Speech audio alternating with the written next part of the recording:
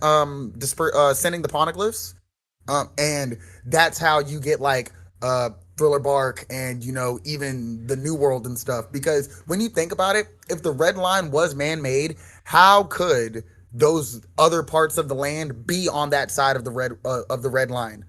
The Exactly. only two ways could be Alabasta.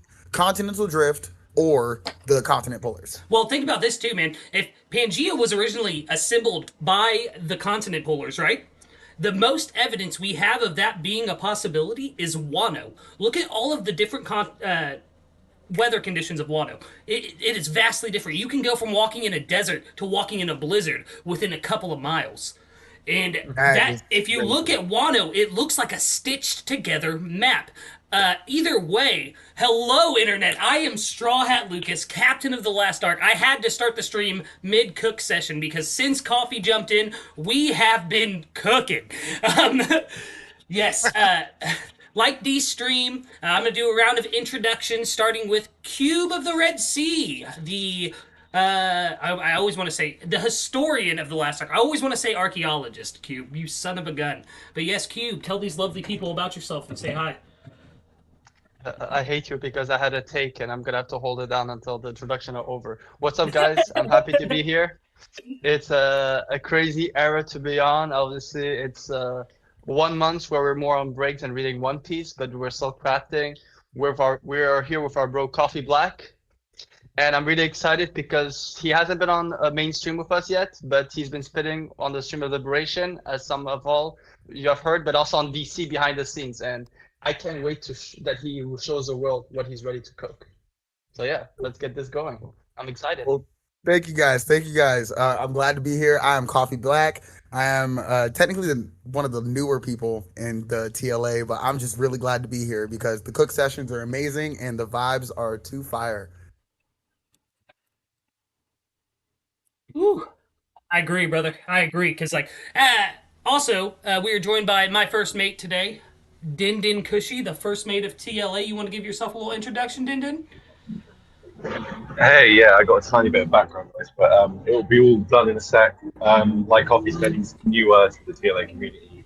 But for those who know, or for those who are sort of old fans of TLA, you're going to like this one. This is purest theory. This is as like legit as it gets. I imagine I'd like to think we'd be predicting some future events today. So, and Coffee, pleasure to have you on and stuff. Completely. Thank you. Love, love. Holy crap. I'm sorry. Leaks of the live action just came out. I'm staring at the Win Grandma. That's spoiler alert. Come on, man. Yeah, spoiler, my bad. And I can see Baroque Works Jolly Roger. Let's go. Well, it's the full one. Oh yeah, dude. Like, oh, I'm so excited for season two. Either way, when I started the stream mid cook session, we were talking about the new world and how it's potentially the site of the ancient kingdom and the old world of itself. Uh, ooh, Yeah. ooh. Wait. I'm gonna jump in because before we got cut out about what we were saying, with everything you guys were saying about Pangaea and all of that. Just think about One Piece. There's only one language in the entire world. Don't you find that weird? Oh, you're right. But They there's all speak one language. evidence. There's an evidence of a second language on the poneglyphs, but it's a language that Yeah, has of been course. forgotten. Yeah. So it makes me think of either they're all sleeping and they're all connected mentally, or it used to be one massive land and they all had different dialects, but it was one. It's basically United States that's separated to different pieces. There are different ways of saying certain things, but the language still stays the same, to some sense. I can see that. Yeah. Which actually in Well, Wanda honestly, makes sense because they all had those suffix they used to add all, zero zero, stuff like that. And in Yeah. Dressrosa they called everybody Lando. So it kind of seems to be that they have certain sayings that's specific to the islands. Yeah, Yeah, in sorry. in Wano they have the O suffix, stuff like that, right? Japanese prefixes, stuff like that. So I think it is a very interesting idea that there might have been one uniform language, and since then, I don't know. Like you could go either way. It could be that emus changed the language, like we've seen with Mhm. Latin. Emu has connections to Rome and Latin and stuff like that, and Rome a lot of English. Like if you look at the VAs or like certain translations, you'll see the word Romanized, because that's how we say it. So it'd be interesting to see if the language in the One Piece world was also Romanized. Ooh, I like that. Especially because Oda is very, very big on with his paneling. Even if you're looking at the original Japanese manga, he'll still use Romanized language in it. Like Lodestar is always, or is it Laugh-Tell? Laugh-Tell is always Romanized. The Will of D, the initial Yes. D is always Romanized. Yeah, and Actually, if you it's think about it, interesting. we also kind of have hieroglyphics when we see from Enel's cover story on the moon. Yeah. Yes. Yeah, Yeah. yeah. We So see that's a how they third sort of language. resemble, Yeah. like they sort of resemble what Mars looks like as well. And then we also have hieroglyphics in the alabaster tombs, um, or like depict they're hieroglyphs, but they're like big drawing hieroglyphs, like full depictions. So I think it's the fact that murals, like we also see Roger do a little bit of graffiti in the ancient language, right? So that gives you the contrast between the two. It's the first time we've seen the language since ancient kingdom. So I think that's super spicy. But then you bring up a good point with the Roman stuff, because for those who don't know, and it's something I learned in history class, and I recently relearned with one of our guy Elson, a great affiliate in TLA. He always has some spices. Back in the day, actually, the continent of Africa wasn't called Africa. It had different regions and one other name, which I forgot the name what it is, but it translates to Garden of Eden. And when the Romans was like mapping the world, they mistook a region to the entire continent. So there was an area that, because it means land of a black, or a black face or stuff like that, but actually it's supposed to be Garden of Eden, which was another word, and that was the whole land. And so they lost that translation, which is interesting because Garden of Eden, Tree of Knowledge, the Eve tree, the Adam tree, they all seem to connect to the same thing. So, No, which is interesting. speaking of connections, um, the more I look into the Eam theory, the more I realize that Oda has a lot of representation outside of one. He has Puerto Rico for Luffy. We got Japan. We have so many different people, but we Puerto have never Rico. seen any Arabic for a representation, and that's what makes me Hmm. really think about the jinn concept. Because when I think about it, Arabic jinns come from Arabic religion, right? Yes. Islamic Arabic religion, and Islamic and Arabic. It also, when you think about the terrain that they live in the real world, it is similar to Alabasta, and the things that are going on with Eam right now seem to have something to do with Vivi and the people who live in Alabasta. So Alabasta. that's kind of what makes me think that there has to be something more than Alabasta related to Eam, which makes me really kind of focus in on the power sect and the representation of our characters. Because really, honestly, can you really say that if we really thought about Gear 5 and we thought about like the way Oda has swerved us so many times, we probably could have predicted at least some of the aesthetics of Luffy in Gear Hmm. 5, because he is modeled after like two different Puerto Rican mythological figures, I believe, or at least one. Yeah, And yeah. Uh, These actually, spicy, I might have something for you. like Alabasta, obviously Egypt ties to Africa, and we don't really see many Arabic. The only sort of Arabic like architecture we see is through like flashbacks, like the South Blue or old buildings of Alabasta. So yeah. And Joy Boy is actually a African legend of the man with the drum. That's actually a legend in Africa. Yes. Uh, Yes. Actually, Uh, we would Yeah, we yeah, would yeah. have we would ha first of all, I would look into Sanji, because if you think about it, one of recent Sanji's last attack in Wano was based off Ifrit, which is a Islamic devil or demon. And yes. what's interesting, if you look back at Barache, which is all about right now the floodings we connect to Imu, Patty. I recently found out because someone called it to me. If you look at Patty, that the cook, he literally has the design of the genie from Aladdin, the same design of him, the head and everything, and even the Uh, quirkiness is very similar.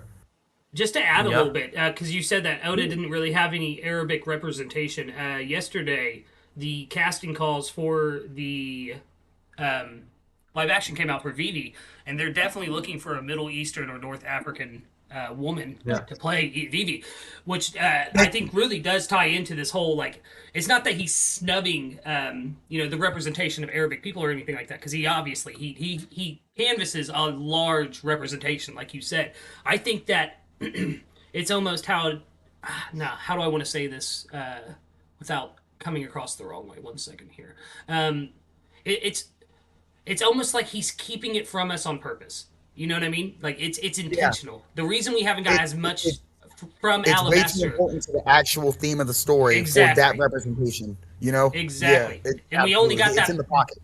exactly. And we only got that minimalistic bit that we got in the Alabasta saga, which obviously uh, for someone like myself, who my family, my mother's is she practices the Islamic religion, and my stepfather's from Yemen. Um, it Yeah, man. it really brings those vibes. And no, yeah, especially you as well, Cube. I mean, you were born into the whole thing. Like that's literally your Yeah, ethnicity. Like it's yeah. I was also gonna say it might not be a front row, but there is Arabic. If you look at it, the exactly. two That's what I body, was gonna the say. two. Is the whole Alabasta arc though? So I can finish my point real quick, and I'll let you spit. Yeah, Cube. yeah, Is yeah. Sorry. it it it gave me that grandiose vibe of like the Middle East and that ancient world. And I Yeah, think that, like you said, I think it's the reason we haven't seen more of that since Alabasta though is because it's in that pocket. But yeah, go ahead, Cube. I'm sorry. Yeah, so we have the two bounty hunters from Dressrosa, Abdullah and the other guy. They're from Arabic descent, but if you look at it, basically every time in those reverie stuff, he always drops those other nationalities. And remember that queen that talked, the Queen Mororo from the Tangine Kingdom. Tangine is the national dish of Morocco, which is in Africa, but also has the Arabic trait as well. You know, it's in both Yes. worlds, the Mediterranean Sea. like So it's what I like think is it's the same thing for if you think about the whole Asian culture has been shown more in post timeskip, especially with Kaido and Zoro, with Wano, you know, and all those stuff. And we're getting more Nordic stuff. I think that Oda has done a thing where the different cultures will connect to one another, but he will not connect the European Skypias, European with natives. It has to fit with the story. And I think he's been giving us different events for us. We've been realizing that there's a different cultures. We just don't see them yet. You know what I mean? We saw it with Kuma's flashback. There's a whole different storyline if you see from someone else's point of view.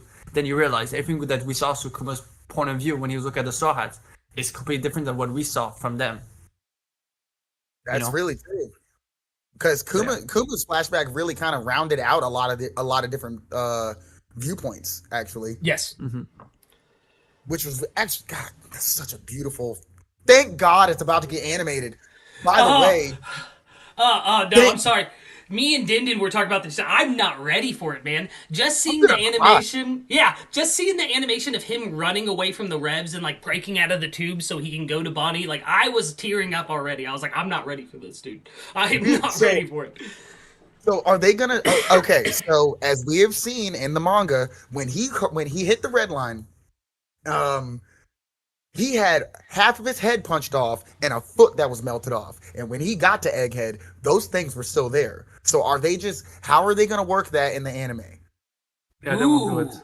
Remember Is he Whitebeard? not They going to did lose in his foot and is Marineford? he not going to lose half of his brain? Yeah, like Half in of his head. Marineford. I think they're gonna do what they did to Whitebeard. It's gonna be his facial hair that will be damaged. So he will show Oh, like something from his facial hair or something. Not his face. He did something with Whitebeard. His glasses break or Yeah. something like. Yeah, or like half when his one glasses are lens just destroyed pops or out. something like that, yeah. I'm excited. Because I don't want to break it, but like it could be possible. But they did same thing to Zev, same thing to Whitebeard. They don't like, those extreme stuff in One Piece animation Nah, for some reason. that makes sense because I mean, it's not Hell's Paradise, you know. Yeah, it's not Berserk. Hell's Paradise wouldn't mind showing that brutality and stuff. Like it's not JoJo's. You know what I'm saying? JoJo's what doesn't mind cutting I somebody mean, in half and like blacking out the entire bottom of the screen so you can't see that that they're cut in half. You know, One Piece if they go big or go home. You know, they don't mind putting a hole in somebody, but they don't. They'd probably show. Well, I don't know. They showed Doflamingo ripping off Law's arm the same way that he did it in the manga. I'm wondering yeah, with I mean, that. it's always had a long history. Sorry, I know I got some background noise as well. Sorry. Yeah, it's always had a long history of like being explicit without being explicit. You know, we recently seen that dude's head blow off and stuff, but at the same time, that's such a rare occasion. It blew people's minds. That dude's mind particularly. But either way, like, yeah, I think there's always been quite a good balance in like, you know, that it could be gorier, but Oda has this way of making it like funny instead, or like real deep and emotional. So I think it will work, like, and it'll be mad. Well, yeah, that's actually what I was gonna say as well, didn't it? Is that like with the gore stuff too? One, I don't know why Kuma showed back up with his leg and head intact in Egghead. Maybe he just got burnt and like because of like the way it was framed, it wasn't all the way gone or something. That has baffled me for like 2 months since that chapter dropped. I could see burn if it was Ace's fruit, but it's magma. Yeah, yeah. That's the only thing. That's the only reason. It's the elemental consistency of what he got hit with. Yeah. With but what I was gonna say is that I agree with Dindin there. Is that like whenever Oda does use gore, like with the Whitebeard shot, it's to it's almost like he uses it to make something more impactful. Like the reason that Whitebeard getting his face blown off in Marineford was so impactful is that he kept fighting. And not just like for a little bit. He kept fighting for a good like hour and a half after losing half his face. Like that is insane. And then with Kuma as well, it's he starts to, hey, Dexter popped in. What up, Dex? But with What's Kuma up, as Dex? well, his will. I personally, and I'm going to ask you a question after I say this. Is I think it's his will that is keeping him going right now. What do you think it is that's keeping Kuma? Do you think it's the love for his like daughter or what? And I really like this question, okay? And I feel like me, Kushi, all of the parents, we can really relate to Oda because we didn't start this story as parents. We started this story just like Oda. We were youths on an adventure, you know? And then we grow up, life passes, we become parents. We fall in love with these pieces of ourselves. Just like Oda. Oda said that his writing style changed when he had his daughter. So when you think about it, I do believe that this is the power of love. Because as corny as it was, but I love him for it. Sanji says it straight up. Yep. Light can't hold a candle to the flame of love, or Yep, something to the along flame those of love. lines. And So that happened in Egghead, did it not? Was that not in Egghead? it was in Egghead, and it's Yes. all of these love concepts are here. We have, and again, we've seen a little boa on Egghead. We've seen big boa off of Egghead. We have seen so many different things that involve love. It's like Oda dropping breadcrumbs to let us know. I don't need to say it straight out. This is what a father's love can make a father do. Exactly. I could not have said that better than myself, if I'm being So honest. I'm gonna add with it because I do agree, but I think it's connected to what Sabo said in Dressrosa to Burgess about Ace, the moment he hit his foot, like he was with him.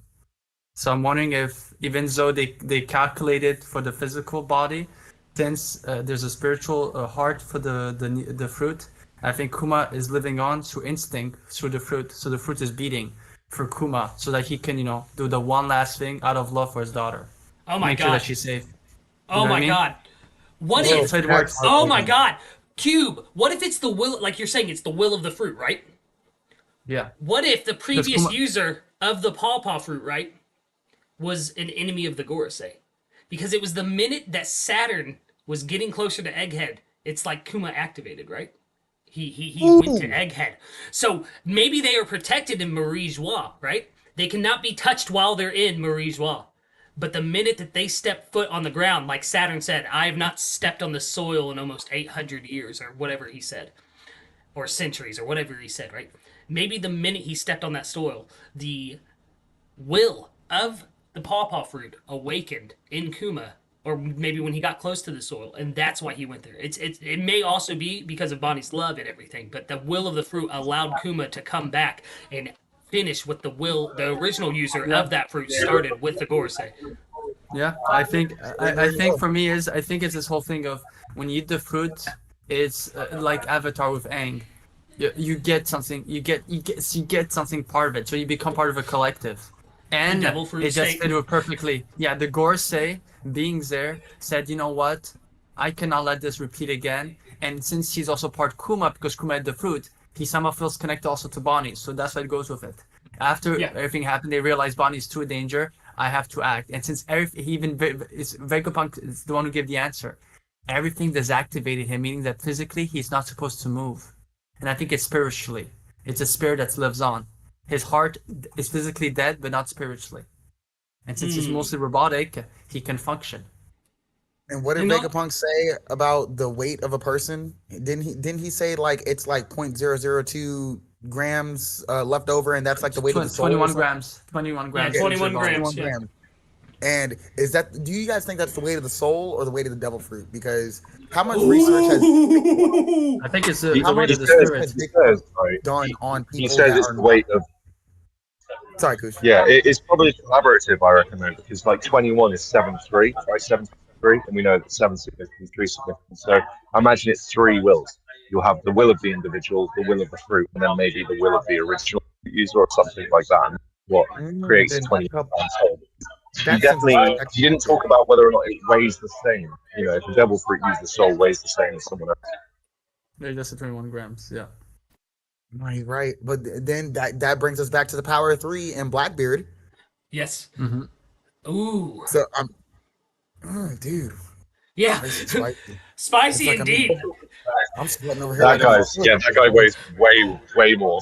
Like, way more. Well, not only that, but like with the rule of three in Blackbeard, it almost won you like because wasn't it on Egghead as well? Like there's so much has happened on Egghead, guys. But I think it was one of the Gorosei. I don't remember if it was one of the Gorosei members or Vegapunk or who, but someone said something about Blackbeard's special genealogy. Yeah, And Saturn. Was it? Saturn, Wasn't yeah. it Marco? Saturn. Oh no, Well, Marco talked about his body. Yeah, and Yeah. Saturn said something about it, and it makes me wonder if Blackbeard's from a race that has multiple souls, and if maybe because I used to think that Blackbeard was Buccaneer, but then I I still think started he is, thinking bro. He's rather large. he is rather large, but he's like even if he was because Kuma's half Buccaneer and he's 23 feet tall. Blackbeard is only like 12 feet tall. Like so, Oh even if he wow. was even if he was half Buccaneer, he would still be taller than he is. Like Oda with his like, especially with the way he draws races, they all have that like a standard height, kind of. And True. it's wild to me because that means that Blackbeard is a race that we know nothing about. Like, because we didn't even really know what Kuma like that Kuma was a different race. At least I didn't until like I thought he was just a big guy. Like Whitebeard was a big guy until they're like, nope, he has Yeah. special lineage. I was like, what? But also, like, Vegapunk it does. also pointed out as well, like that's special for some reason, but we didn't find out what at the end of the sentence. Yeah. Yeah. I was gonna say, that's why I think Big Mom teased it because if she never talked, she was never talking about Buccaneers because she already had a Buccaneer, or she's because she does have that similar physical appearance. So if she's part Buccaneer, that's why they drop an Elbaf.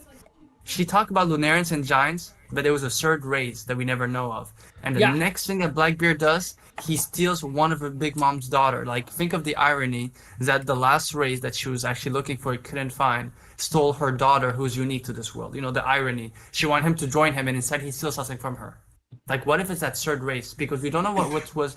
We know that she's obsessed with giants, and she said to King, "I'm after your race. You're one of the three races I don't have." We know it's giants already. We don't know what that third is. It could be Bro, Blackbeard.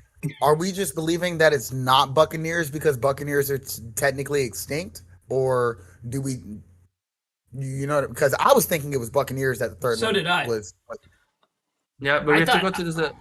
Yeah, sorry. No, I was good. That's what I was going to say. I was just agreeing with Coffee that I thought it was Buccaneers as well, and that Blackbeard's race is something that no one knows about. Well, that's I interesting. think he's just an amalgamation of different races. Mm. Because, like, how could you know about something that's never existed before? Yeah, exactly. Yeah, that's a good point as well. What always makes me think that it like what I should say is what adds to my point of it being a separate race from Buccaneers as well is that Blackbeard doesn't sleep, and that's something we haven't seen in anyone else within the series. Ooh, wow. The thing is that for that I do have something because it's it's an Ace novel. It's still canon, but obviously you have to take loosely. There was something that happened, and it fits with the eating with Luffy in the story. Ace only started getting hungry, and that's why I think it could be connected when he started to think about. He had such a strong will that he didn't think about food, and for 5 days he didn't eat. The moment that Deuces reminds him of he needs to eat, he collapsed. I'm wondering if it's something connected to that. And Blackbeard caught the secret long time ago, and that's why he doesn't need to sleep. Mind over matter. Yeah, Exactly. something like that. Yeah. Real quick, I do want to introduce Dex. I'm sorry, Dexter. When you hopped on, we were cooking. How are you doing today, brother? I'm doing pretty well. Been working hard. A little bit late on a project, but should be out soon and done, finished, polished, good. Yeah, we'll get Uh, Good. there. We will get there. Yeah. yeah. Actually, it's something me and Coffee has been working on together for Dun, so that's something you can all look forward to. Yeah, I think you guys Nice. will really like it. Beautiful. I have some A roll I got to send you later too. Please remind me. I keep forgetting. Yeah, Where you were do. we? No, Kushi left. Yeah, He'll he'll be back. back. He had internet issues. That's why he was muted most Yeah. of the Okay. time. I think he's gonna come back soon. Gotcha. Actually, I do have something. And before we go to the big spices on the whole gin stuff and to get you a bit into it, how did you before you talk about all that? How did you get to your whole Ginny agenda? Because I think you My never genie really agenda? explained. Yeah, we can get you. Honestly, it came out of nowhere because I started critically thinking or overly thinking about the parallels of One Piece. It started with trying to find more similarities and differences between Luffy and Blackbeard. Of course, it always starts with Luffy and Blackbeard. You know, the sun and the moon, and um, you know, light and darkness and stuff. Sun God, what could potentially Blackbeard be to counter Luffy? Where he's the sun god, what I was, and I've thought so many times that if Blackbeard were to have a zone type devil fruit, it would be the Egyptian model of Fiscus, which is like a giant black snake. It's a giant black serpent that controls gravity and causes earthquakes whenever it moves. And I Oh. thought and I thought that would be absolutely insane if Blackbeard had something like that, because I thought about like Skypiea, they were talking about the serpent god and stuff like that, and they were the serpent god while they were in the sky close to the sun where Luffy was going to be coming and stuff like that. You know, and so I tried to, it was a lot of parallels that I was just thinking of. And then I got deeper, and then when I got to Whole Cake Island, I kind of fell on my face because I love Whole Cake Island, and it's actually one of my top 5 favorites arcs of all Oh, time. okay, I won't And judge you for that. thank you.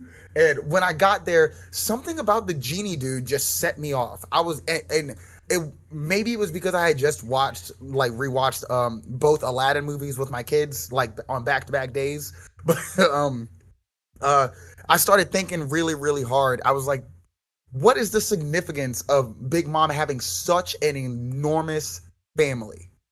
Yeah. Because there's so many so many different powers, and I think that there's certain powers that are hidden in these family sects, like in the sections of her family, like Smoothie, that juice thing. There has to be something else other than that. That's kind of sadistic, okay? So I feel like we might not get a huge amount of backstory on stuff like that, but we're probably gonna find out who had that other fruit, the fruit before her, and whoever that person was, they were probably not the nicest person in the world. You feel me?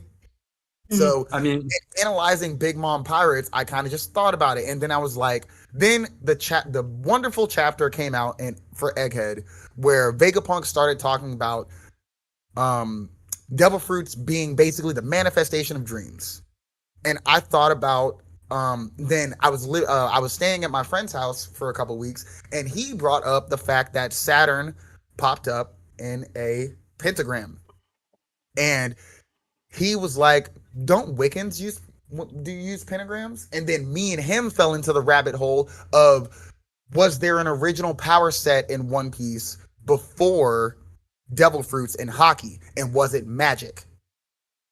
Was it originally magic? And I brought that up to him because I was like, the main thing that the world government doesn't want you to know is information. And how do you learn magic? Word of mouth and reading books like grimoires. Yes. Yes. So they would shut down you being able to learn. They would control what you're able to learn. And then I thought about it. If magic is that powerful, what could be? Was hockey used to? Was hockey always around? Because it seems like everybody can do it. It's just how much are you able to pull from hockey? You know, like Yeah. And then so if hockey was always there, what could have been done to combat magic if magic was already there? Boom. manifestation of people's dreams like devil fruits. Devil fruits were the counter to magic. And it seems weird when you look at the gore, say these guys pop up in pentagrams. They're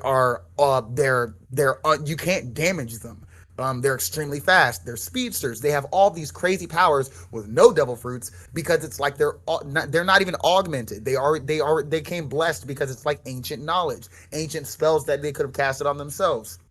And what causes spells? I mean, what can cast a spell? A witch, a wizard. What can grant a wish? A genie or a jinn. He said wishes brought into reality.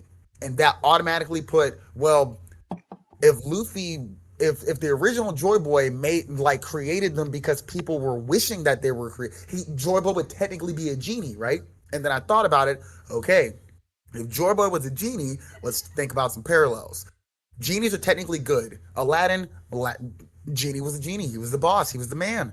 But from being a huge Supernatural fan, one of the main episodes I will always remember is when Dean and Sam went and combated the Jinn. And the Jinn always has and plus the monkey's paw episode from The Simpsons. Like there's so many different things. Jinns have a monkey paw effect. So it's like there's no 100% way you can make your wish happen. So if Joy Boy were to be, hey, I can make your dreams come true, the Jinn would be, hey, I can make you think, I can make your dreams come true. So it's just manipulation. So if you think about it, what would be the parallel? Boom. They have lost the sun god fruit for countless years, but they have always had the Jinn ability, possibly. But what would be the parallel to that? Parallel would be a genie. What genie have we seen? We have seen Big Mom's son, Daifuku, who has the genie ability. Yes, the puff puff. Now, the thing is, jinns are evil. Shadows typically, we've always seen Im in a silhouette. But in the last stream, someone brought out the fact that Im looks more like a whole shadow. Because when he or she sits down on that chair, it like the frame of them just widens kind of. So it's more like a cloud of darkness kind of. Cloud of darkness meaning evil, of course. And what would be the evil adverse to someone who can make wishes? It would probably be a jinn. And if you have the power to control the world, you probably grant wishes for people too. Even wishes for yourself. See, a lot of that stuff, though, too, and not to change the subject at all, I want to keep spitting on this, comes back to what we were talking about before stream, and that's the Faustian deal. The monkey's paw is at play on the Faustian deal. The Jinn's wishes are at play on that Faustian deal. It's a legend as old as time. And I always like to think, you said something about knowledge earlier and information. It makes me think that, because in the original Legend of Faust, which I think Emu will heavily, heavily, heavily be inspired by, Faust wanted, he had already learned all of the world's knowledge, and he wanted otherworldly knowledge. He wanted to know the knowledge of the universe, the meaning of life, and stuff like this. And that's what the devil gave him. But instead of using it for evil, he used it for good. He united kingdoms. He showed people how to live truly.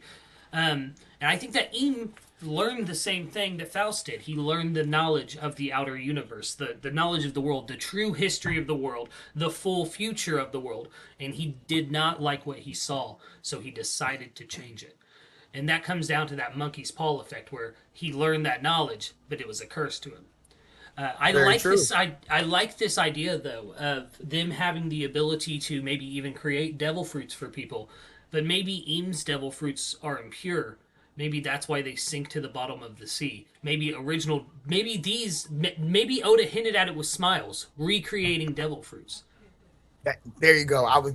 Yep, and that's exactly where I was going. I was going to bring that up too. Yes. Yeah, yes. I believe Smiles. Yeah. Sorry, go ahead. Sorry, no, you go ahead. Oh no! I just believe Smiles are like the new version of what Im could have brought into existence in the past. Because, or part of me thinks that, like you said, the devil fruits are the product of Im because they're like the adverse. You eat a devil fruit, you sink into the water. So what if Smiles were like a messed up project of what they're like the messed up version of because they were supposed to be the opposite of the devil fruit. You know Yeah. what I'm saying? Eat a Yeah. devil fruit, not have the downside, but it's just no one has been able to recreate what was actually supposed to be what was from the past. Yeah. And let me ask you then, do you think that what the thing they have failed to recreate is what the I'm sorry, the Hito Hito no Mi model Nika has, and that is the ability to use the imagination to affect the fruit in its fullest ability. Yes, yes, and Beautiful. that Let's also go. goes back to yes. Thank you so much for bringing that beautiful magical word of imagination. Because as much as I like wordplay, I pay too much attention to things. And there is one word. There's two words actually. One in One Piece and one in my brain that we're talking about now that are in the word imagine. Eam and Jin. Mm-hmm. Hmm. So yeah. So it makes me think that if Luffy has the power of imagination, and I've always thought it would be funny if Eam's name was actually Mamudine from the poneglyph that Robin lied to Crocodile about in Alabasta and told him that this is about an ancient warrior named Mamudine who gave his life. And I was like, it'd be funny if Eam's name was really Mamudine and imagination is like a play on I'm a Jinn. Like, so I just kind of ran with that. I like it a lot because this is one of my theories is that in chapter 19, Shanks reveals that basically devil fruits are different iterations or carnation of the sea devil. I mean, it comes from one source, right? And I said, what if this whole not be able to swim isn't an actual curse? But let's say if it started with Im, they were trying to create like that first fruit that was the Gomu. The one mistake that they had is Im had a natural sphere of water, and it translated because we see a lot of that with devil fruit users. They gain a weird mental quirk. They all seem to have that weird quirk when you eat a fruit, you know. Best example is Treble. He is a mucus, and what does he do to people? The stick fruit. The flamingo always says, "Stop sticking to me." Oh, I can't help it. We've seen that with certain Delphi users. So I'm wondering if the whole "I'm scared of water," why it connects everyone is, it's the same thing.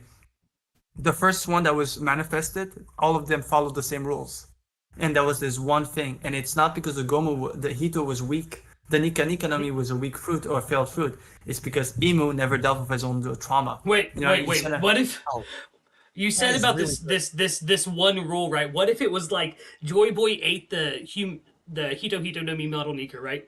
But he just couldn't swim. Like he didn't have the he himself Yeah, as a person couldn't swim. So he everyone who saw him using these powers is like he has these amazing powers, and the only downside is he can't swim. So whenever they ate a devil fruit, they it couldn't perpetually gave themselves swim. the curse. Yes. Yeah. I think They gave themselves because the curse. think about this. It's something that was weird. Don't you find it interesting that and look, especially with Chopper, who's the one who always gets scared, a bit like Courage the Cowardly Dog. Look when Devil Fruit users fall to the sea in East Blue, Luffy, Chopper, even Usopp sometimes falls the same way. Do they look like people who are drowning or people who are terrified? People who To are the point that terrified. PTSD that they can't even move. And it's weird when you think they all react the same way. So I said, what if it's just an extreme case of fear? It says they get weak. They lose all Yeah. their power. Yeah, Not, it could be not just that they're fear. able to. It forces them to stop. So yeah, it's like when you're so Fear. scared you can't move. It's like shock. Yeah. And so yeah, And then- Lucas, I think that's what it is. I think a person is so scared and doesn't know how to swim that they all believe so. They're And if all you think about frozen it, in their fear. It's like Coffee said, they're in shock. Yeah. Yeah. If you think about it, is it really a curse? Because what did Vegapunk just say? Now this just popped in my head. Okay, sorry, I'm super excited. Go. Just popped in my head. Okay, so Vegapunk just revealed that the world is sinking. Yeah. Yes. Were they just always supposed to sink because the world was always supposed to sink? You see what I mean? Like, do they sink to the bottom because that's the way the world structure is supposed to be? Is the world gonna sink because maybe when we see the Void Century, everything was already underwater at first, and then the water levels dropped, and that's how we got this world, and now the water levels are gonna recede and go back up and go just back to the way it was. Like Devil Fruit users were always underwater. So, were they always stuck to the ground? And is that the reason they always keep getting pulled down? Because that's just naturally where they're supposed to be, under the water? I might have an idea. Obviously, I'm sure Oda did not get inspired from it because it came out afterwards. But Pirates of the Caribbean, the Curse of the Black Pearl, the first one. Remember the whole curse? because of one coin being gone from the source of that place, it cursed them all, right? And they couldn't find any values. What if it all starts the same thing? It's in the deep water, deep sea. There's a source of all energy, connects to the world they live in, connects to Delphoot. What if something is missing there and unbalanced, and thus, because of Delphoots, they're always being dragged back there because something has to return, and maybe the water is rising up because it's trying to claim to something. You know what I mean? What if there's something, that's turned it unbalanced, and it all stems to the same thing? I like that. Because it could be the source. Because this could explain where Brook was. Because Vegapunk's explanation of what happens to a body when the soul leaves the body does not make sense when you see Brook's death. He just appears in the afterlife as a soul. It says that your soul leaves your body. He should have left his body, but he just appears somewhere, and he has to travel. It takes him a year to find his body. So he finds himself elsewhere. What if that's like the source of all the souls, the network of all networks? I like that. You just blew my fucking mind. I like that. I'm not gonna lie. You guys made me think of that. That maybe it's the source of everything. It all comes from the same place. Well, I just want to. Oh, dude, Cube, what the fuck, man? You blew my mind. Yeah, he just messed my brain up. Yeah, dude. Coffee, you had said something about like sinking and stuff like that, and devil fruits going down. I like that idea because I'm all about that. Getting Fishman Island to the sun, it will not be what people think, where like they have to move up to the surface or something like that. I think Luffy will bring the sun to them, as in he will like he'll hear that the world's gonna flood, and he's like, then I'm gonna drain the entire seas. Like that's where I think his head is gonna be at, and bring the sea level down. And maybe devil fruit users are trying to get down to that sea level because maybe that's where the world originally was. Maybe Ian built this red line to stay up above so they could float or flood the earth. Yeah, and I think it would be really crazy if fuck, brain fart, my bad. No, you're good. Dude. No, you're good. I wanted to cook on what Cube said about the Soul Network, because if that is how One Piece plays out, then Inherited Will just got a whole lot easier to explain. Yeah, it did actually. Yeah. Because then you don't have to have someone's actual will being put inside somebody. It could just be, hey, they heard of something and they believed in that something so much that they started to embody that person's will. Mm-hmm. It also fits with what Vegapunk recently explained better in the anime with the whole Delphoot stuff about the wills. Instead of talking about Delphoot user, talk about the will, the spirit itself. They're literally living in a different dimension. Oh my god, Will of Dreams in the chat is cooking. I'm sorry. Joy Boy cursed all devil fruits. Makes sense. It makes sense. Joy Boy cursed to stay out of the sea, and Vanderdecken cursed to never go back to land again by the sea god. Maybe Davy Jones. Davy Jones' locker, the place of all souls. Yeah, true. Oh my god, that. And we've got a super chat from Mr. Bushido, €2, that says Hordy Jones equal Davy Jones was an enemy of Emu, sad boy. Oof. That's interesting. Okay. I mean, it doesn't. So, Speaking of another enemies, thing that's part of the Caribbean series that we do have is the concept of Davy Jones' locker, where in order to go up, you have to go down. Yep. Yeah, true. Upside down. Turn the world upside down. Turn the world upside down. Let's go, baby. What were you saying, Coffee? That's how you Oh, access Davy Jones' locker. But I was yeah. recently thinking about all these apologies to Joy Boy, and I think we might. I really don't have a lot of evidence for this, so maybe you guys can help me round this out. But I think we might be thinking about Zunisha and the giant robot a little wrong. Maybe Zunisha was punished by Joy Boy because Zunisha was never a Nakama of Joy Boy. I think Zunisha probably realized that they were in the wrong after they lost the war, and then they just feel really bad because of the shit they did during the war, and they're really excited to see Joy Boy come back because it's like, oh my god, hey, I listened to you for all these years. Please break my curse now. I'm so sorry, Joy Boy. Welcome back. And I think the giant robot might have also been like, I'm sorry, Joy Boy. They were wrong. We never should have fought against you, dog. Dude, no, I think I figured it out. I think it's this. The reason that the Iron Giant and Zunisha say I'm sorry is because it goes back to that Faustian deal, baby, and learning all that knowledge. They learned that it was not the time to do this, that they had to wait 800 Yeah. years. Think about how specific of a time Toki jumped in the future. The reason they're Yeah. apologizing is maybe Joy Boy could not accept that. Maybe until the last moments of his life, when he died with a smile, he could not accept the fact that he was not the one either. And he had to wait a long time. So his friends had to stop him. And Yeah, I would that's why they're saying I'm sorry. Like, oh, dude, what the? The best parallel I can go to what Lucas is saying right now is the whole thing in Whole Cake when Luffy gives an order to his crew to flee because it's too dangerous. To Whitebeard and Marineford ordering his crew to back up Luffy. Is that I think there was something that was said long time ago, and since there's cycles, what's his name? Zonisha, obviously something happened, was cursed, but was cursed from the opposite side because they lost. So you can say that that curse is because maybe he was loyal to the end to Joy Boy. But you can even say that maybe the Iron Giant was given an order that he cannot interfere at a certain time, but he's breaking that order as well. I think that's what Lucas. I do like what Lucas is saying. Yeah. It might be similar to that. It could be something where they're not supposed to interfere even if they have to, and Yeah, but they're they're about not to break got that to. promise. Do Yeah. we think that Oh, the ancient kingdom and the world government, their final battle was essentially like Saboti, where all of the ancient kingdom's allies got separated from each other I and can see that. couldn't do anything to help out the other ones whenever they came So to their time of conflict? it's literally like regret apologies. It's like, dog, Yeah. I'm so sorry I wasn't there to help you win. It's like, Yeah, like I'm sorry got that we split up. all I wish got we could've been split there. up and we all had to deal with our own things. We couldn't be there to help each other. The juxtaposition to that is the Straw Hats who would be there to help each other in the future, but they've already had their moment where they got separated. Oh, dude. Yeah. Bushido, also, I think- I know that Toki did not just jump the straight 800 years, brother. Like, Yeah. Nah, she had to. Nah. She had to have some bit of knowledge. You know what I mean?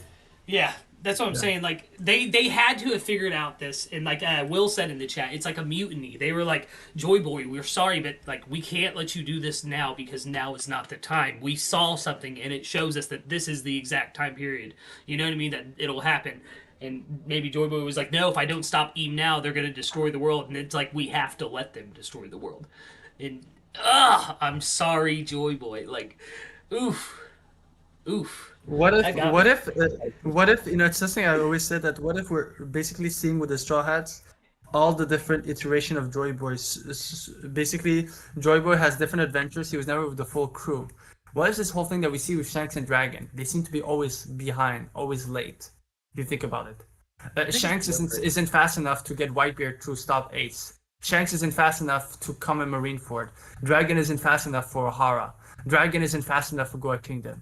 You know, what if it's this thing that Joy Boy felt because he had so much allies but not a real crew? So when he needed someone like Robin in that iteration, Robin was somewhere else. What if the Zoro was an ally but he was still in Wano? He left it in Wano. So I mean, like, what if basically that's the whole thing, and that's why Joy Boy is succeeding right now because they're with him all the time. It's the first time, he took all of his allies and they went to an adventure together. Dude, yeah. Because I think this takes too much sense. I'm sorry, Cube. Chat is just cooking right now. Also Winston, also very interesting that Wano, Alabasta, and Fishman Island have some kind of preparation for a flood. What if they were allies of Joy Boy and knew that the flood would happen, so they took precautions? And then 3 Days said, I think so too. Like, Toki was looking for a specific arrow. She almost jumped again right before Odin saved her. They had to have known. Like, That's true. they had to have known the world had to be flooded. yeah, because think about this: you do not create the gate of justice if you know more about it. The size of it, they knew, because think about that. If you just think that water is rising, would you make the gate of justice that big? But if it's a huge flood, it makes sense.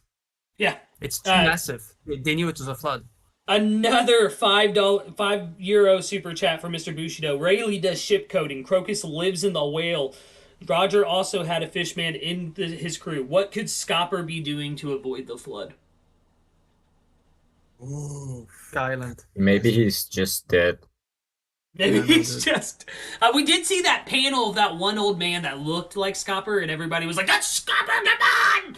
But Yeah, like, uh, We need more. we As need we all more. know. Yeah, I need more info on Scopper. Maybe he's chilling with the Giants because they are prepared for it. I'm gonna tell you this. If there are some Roger pirates like Scopper, but not because I don't believe we're gonna get all of the former ones and they're gonna be that important to the story. I think we'll see maybe a few of them. They'll be sidelined, and maybe Scopper and Rayleigh have more of a role, and then mostly in flashback. But if it's an area where they would be hiding, I say it's Elbaf, Shanks' territory. And remember all those Viking characters they showed in Odin's flashback? They had like 3 people with Viking helmets. So I think around Elbaf can make sense why we never seen any of them. Yeah. Yeah, No, but something that I didn't even think about is even the giants of Elbaf are prepared for the world flooding. They have the giant jack. yeah. Oof, I mean, if you think imagine of if. also, Oh, God, think of chat is Zoe. cooking. think of also Zoe. Zoe is crazy because Zoe is not just there so high they'll avoid the flooding because of Zunisha, but it's also purposely always moving. Yeah. You think about, and Zoe has this weird thing of, let's say that at one point they would send different minks to stay with certain allies, right? What does Zunisha naturally does to? It naturally connects, like I think Dill used that term, a natural. Oh no, Elson or Dill used that term, a natural Viva card to minks. It naturally knows where minks are who are in danger. It was said that about Zunisha. So yeah, they must have known something. Maybe the minks were entirely. important to survive. Like this Zunisha would know where to find someone by just looking for minks. Really tall for a reason. So I feel like even if Zunisha were like, even if the world were to flood, Zunisha would be completely fine. Yeah. Oh yeah. And well, It's back where the people nation of Zoe actually is, casually passes through the white sea of Skypiea. Good. Zunisha's eyes are above the white sea, which are the normal cloud cover that are in the One Piece world. Their eyes are above that. They cannot see where they're walking, and the people above them on their back cannot see what they're walking through because they're in the sky. yeah. Shout out Imagine- chat again, man. How does Zunisha know? Wait. I have a small joke, but imagine if the actual flooding is at one point Luffy's gonna give and Momo are gonna give an order to Zunisha. So Zunisha, it's time to fight, and then Zunisha just starts getting active and starts running into the sea, and that's the flooding. It's Zunisha basically running into the sea. Oh my Splitting god. up- that would be Splitting the path through the sea and causing both sides to wash over the red line, like that would be intense. That would be crazy. That would be Who do you crazy. guys- Zunisha just charges right through the red line. Boom! Yes. Who do you guys think gave Zunisha the punishment? Winston was saying in the chat he thought it was Joy Boy who punished him. Said I he think was- it was the prior Kozuki. The Kozuki that was alive during the time of the Ancient Kingdom and all that. I think it was them. Yeah. for failing to For help me- Joy Boy. Yeah. For failing in whatever sense of the word failing. But yeah. So are we all kind of in agreement that whatever punishment that Zunisha has was completely taken out of context? Yeah. Yeah. So- oh yeah. Yes. I think. Yes. I And Yeah. no. So I think Zunisha was told to always be on the move, to never be found out. And they took that directly literally, but it was just so that way the world government would never find Zunisha. So was Zunisha? So is it an order or is it a punishment? That's what I'm think trying to it- figure out. I think it's an order that Zunisha viewed as a punishment, because if you just want to relax with your life and you get told, hey, walk around the world for the rest of your life, yeah, that seems like a punishment. Walking Yeah. around talking, this is horseshit. Yeah. So for me, there's something that's always interesting is King Riku, Cobra, Noland. They all share one storyline where basically there's an agenda to make them into horrible kings. Kuma is the best example, the tyrant. I think that it is the Kuzuki ruler, but I think it could be that Zunisha stayed loyal to Joy Boy, and that Joy Boy was basically they got the Nolan treatment. They were treated as a liar, as a despicable person like King Riku. And so I think it could be that basically Zunisha was the only one who believed blindly, just like how the Dragon was the only one of the Revs to say we have to talk to Vegapunk. We can't assume that he just created the Mother Flame. Can be him. It's not his style. I think it could be something like that. So he was punished by that ruler, but it could be from a propaganda because no one believes Zunisha. I have to shout out 3-Day real quick. She said it's not just what they do for a living, but more like where they are. Rayleigh and Crocus were both at an important place that every pirate needs to pass through before reaching the next point. They place themselves in the path great pirates must travel. And then she said, I could never see Luffy punish anyone so cruelly, so can't see Joy Boy doing it. And then she agreed with you, Dill, and said Zunisha must have just misunderstood if it was Joy Boy.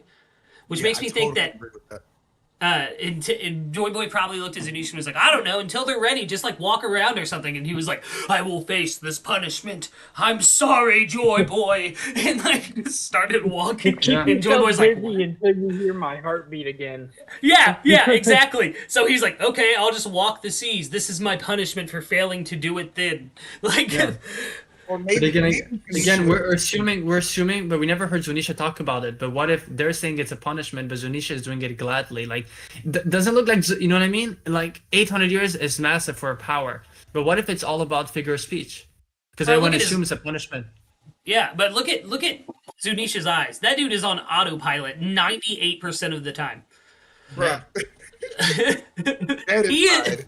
yeah, dead inside, and then he wakes up when he hears Joy Boy's like maybe this is just him resting, and everyone just thinks it's a punishment because they can read his thoughts, his subconscious thoughts while he's sleepwalking.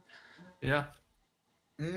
Which Because it's always, I would say it's always, if you look at the context and who explains it and what do they know. Best example is, can we trust the God Valley incident explained the first time? No, because it was said by Sengoku. So we know that there was certain stuff that he was not saying.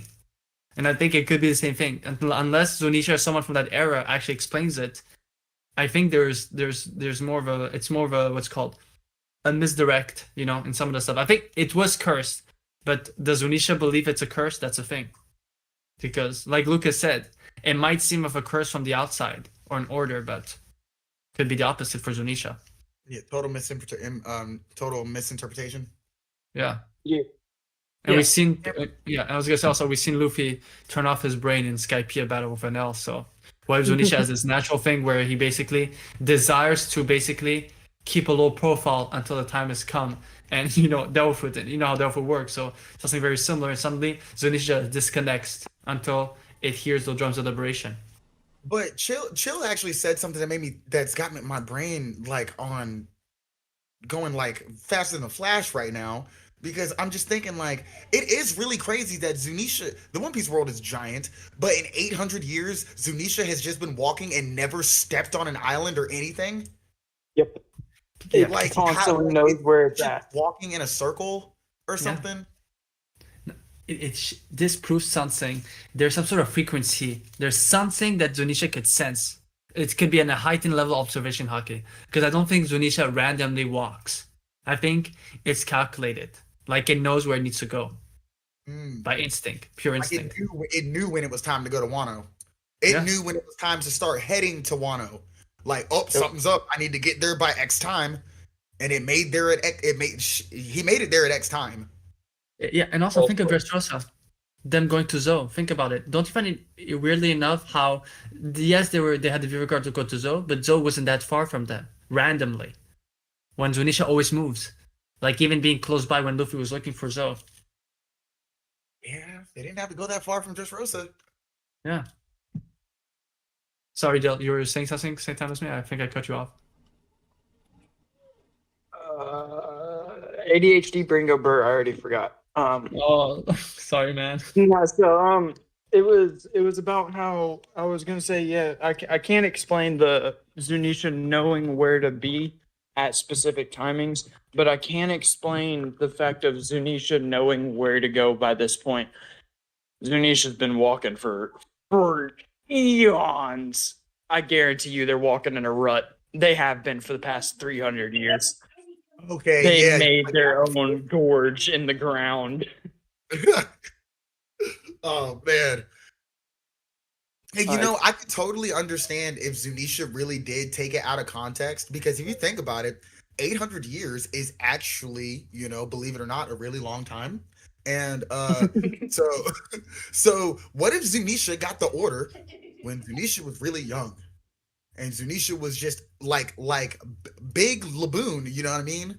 And Zunisha was young and innocent and it was basically Joy Boy's Laboon and it misinterpreted what he said because it was so young. What if Zunisha is like a homie? What if Just Zunisha is like a homie? Like the land itself, someone using an ability to turn the land to a sentient thing. Just a thought, just came to my mind. Bro, that would be the ultimate homie. Yeah. Raise a continent and turn it into a giant walking elephant. That would be crazy. Because obviously it wouldn't work with the sea and everything, but now with the Gorsei and the yokai forms, I mean, Well, the legs are so long. Maybe that's the reason. Like, the sea doesn't matter because it can always stand through it. It's never gonna fall in the sea. You know what I mean? Yeah. Yeah. You know what? Also, sometimes Venetia, maybe a thought that I've had in the past, but remember when we had Dressrosa and everyone thought that the toys were a new race, and then we found out they were human, cursed? What if Zunisha's form is also a curse formed? Like, it doesn't really look like that. Because it's so unique, and it's so massive. So either Zunisha is the only one of his race. Either they were all wiped out, or there's something off about how Zunisha looks like. Like it was cursed. I think we got told that Zunisha wasn't the only one of its race, but it became the only one of its race. Interesting. You have to research So that. like over time they were wiped out.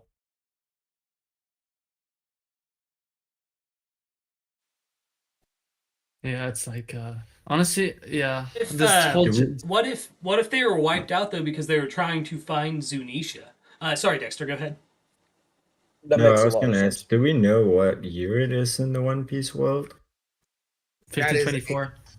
1524?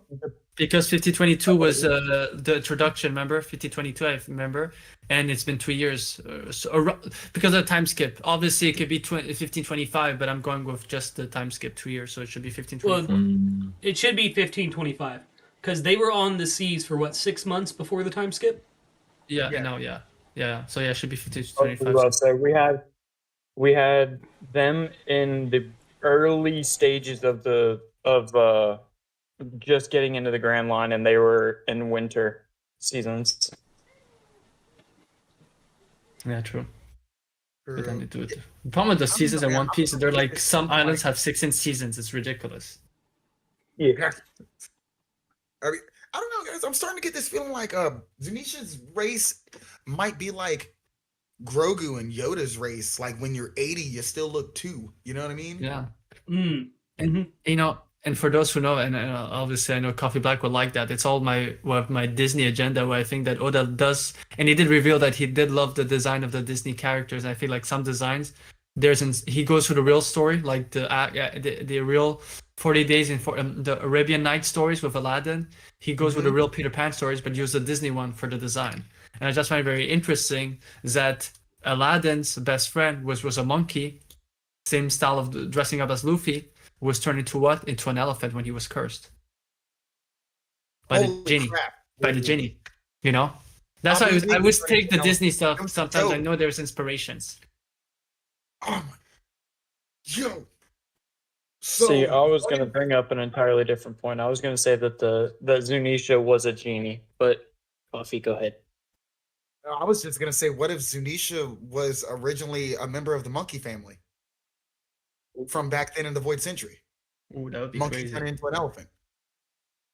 Monkey Zunisha. Yeah. Because I just saw such an interesting parallel. It was on top of Zunisha that we got the reveal of Momo's real lineage, right? Right? It was just after right before Apu was turned to an elephant. The genie helped Aladdin to fake his royal lineage. In a way, there's a close relation parallel. Yeah, it's like the opposite because Momo was faking the whole time, and then he revealed his lineage. Yeah. And And He Aladdin was, faked it. Aladdin was faking the whole time and revealed that he was a pauper. Yeah, exactly. Yes. Oh. I gotta pay attention more opposites instead of Dude, yeah, I say that the Disney stuff and I tell to people, I says, dude, what if I told you the reason why Vivi kept saying, my name is Vivi, Princess of Alabasta, and you look at her dress, her blue hair, right? Now think of a princess in Disney that has a blue dress, and imagine her saying, "I'm Princess Jasmine of Agrabah, Alabasta Agrabah." And then look at this, and look at the storyline. It's the same storyline between Vivi and Jasmine. Oh my god. With the same shade of blue in her dress. Bro, that her hair is the same shade of blue. Yeah. And her skin tone is technically the same. Yeah, dude. I have a big agenda on Vivi. I have a big agenda. I don't believe she lived her entire life in Alabasta because of how her skin tone was compared to other people. She hasn't changed even when she has the same skin tone as a child, right? As an adult, but she was revealed to be for 3 years outside of Alabasta. Nothing changed. But everyone who has been in and out of Alabasta, we've seen changes in their stone because of the sun. But for her, it didn't change. So I think there's more to her flashback. Though, because I mean, if we look at Robin should, everyone on the Straw Hat crew should technically, including Nami, be more tan. And the only reason I say that is because Oda has never even made a sunburn joke in One Piece. True. So that's why I was wondering about, like, and I've always thought that was weird. You always see Nami and Robin like tanning and stuff, but you never see any of the boys get like sunburns or anything. I mean, imagine if Chopper gets a sunburn, that would be awkward. Or maybe Luffy can't get a sunburn because he's a sun god, you know? Yeah. Puerto Rican, you know, equator, all that jazz. They better not get a sunburn. Zoro might realize something else and might go after them for some reason. Hey, bro, look, you know, if there was one Straw Hat that I know that I would never want to meet, it's honestly Zoro. And it's not because of the fact I like coffee, all right? Yeah. It's the other half of my name.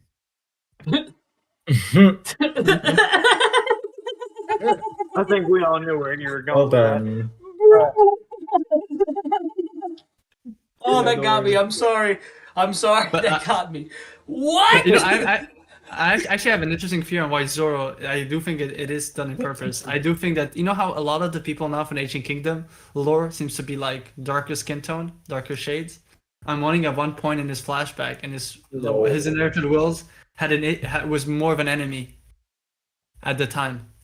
And he naturally was used to having those fights with them. Like he represented, and don't forget, we do have a samurai, no Zoro, on the side of the world government, the Gorosei. You know, we have a Gorosei samurai. So what if the Zoro's inherited will at one point fought against the Ancient Kingdom before changing sides? And since Zoro has this crazy inherited will, sometimes, you know, it just naturally. He's a bounty hunter. Yeah. He's technically not supposed to be on the side of pirates. True. So that would actually be really crazy.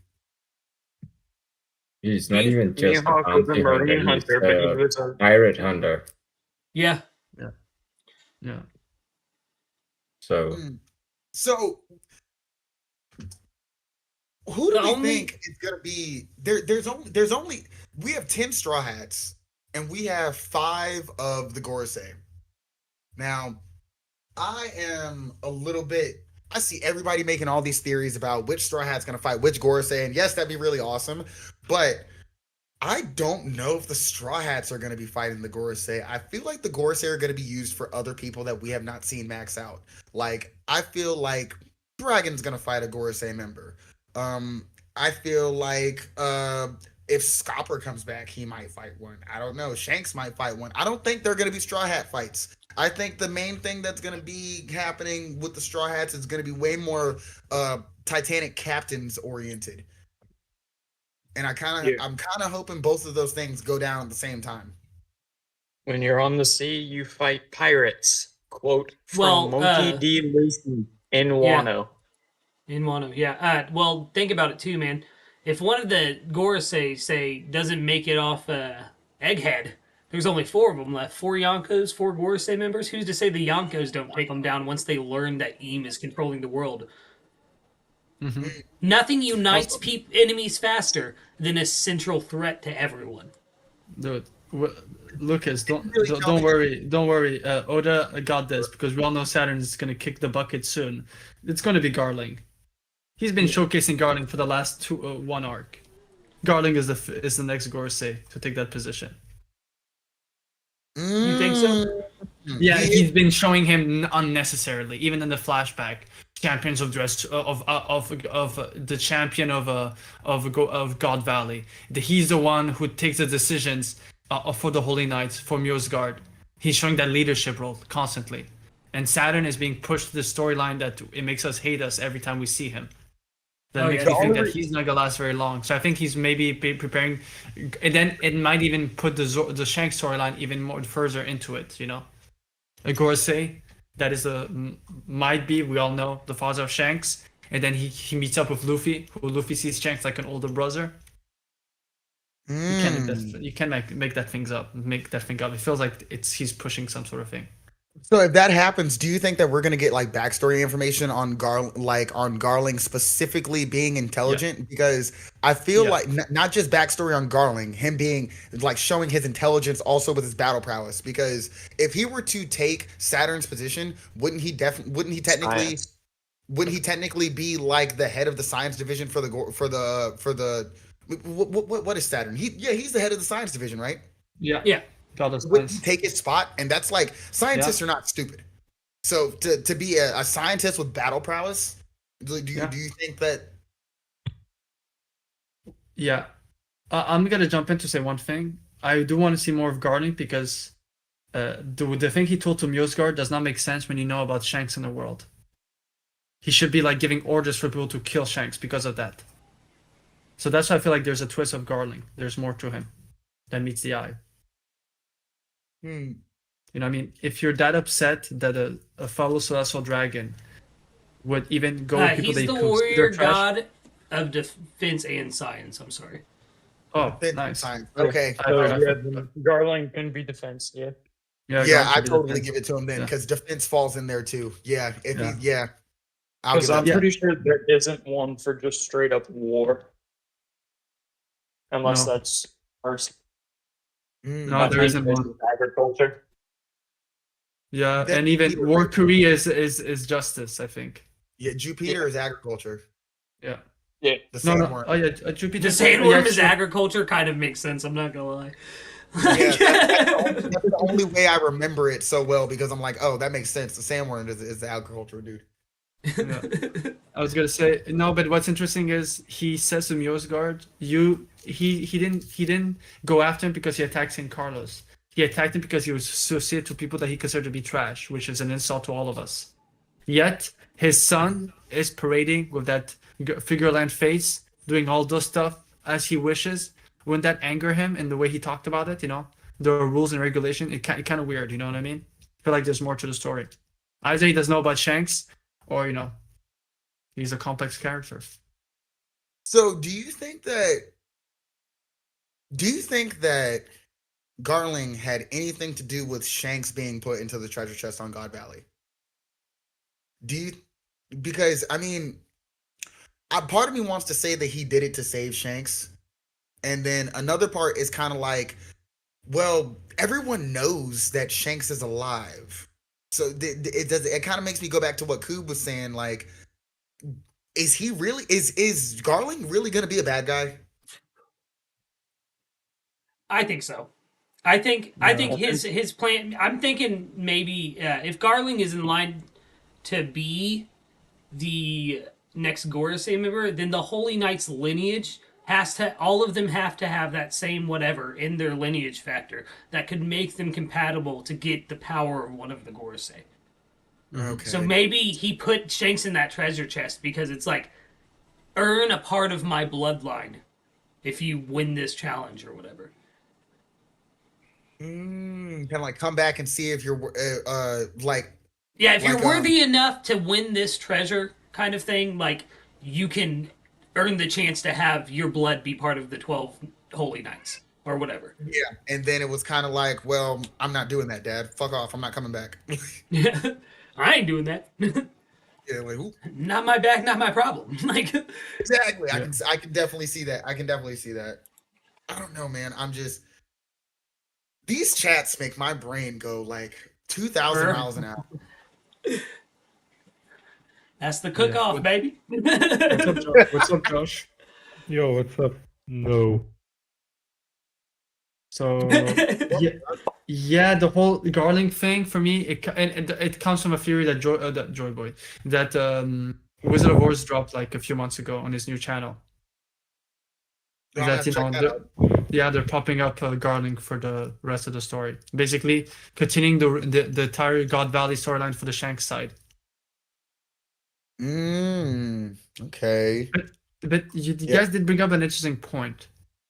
If he's indeed Garling's son, like, because it does seem to be the case, when did they ever try to get him back? And I feel like there's something more to the story. You know what I mean? Mm-hmm. That's what Either I've been they're wondering that for so long, and I just can't figure out an answer. Why would they never want him back, other than the lackluster answer of they just don't care? And What I'm if- like, that what can't if just be it. Well, what if they're that extreme, the Cecil Dragon, to the point that the moment for them that they found out that he was with Roger, the blood is spoiled. Because think of the flamingo. The moment they were out, when he tried to come back, there was even if so he had celestial blood, he was spoiled. He wasn't pure anymore. So if you think about that with rocks, okay,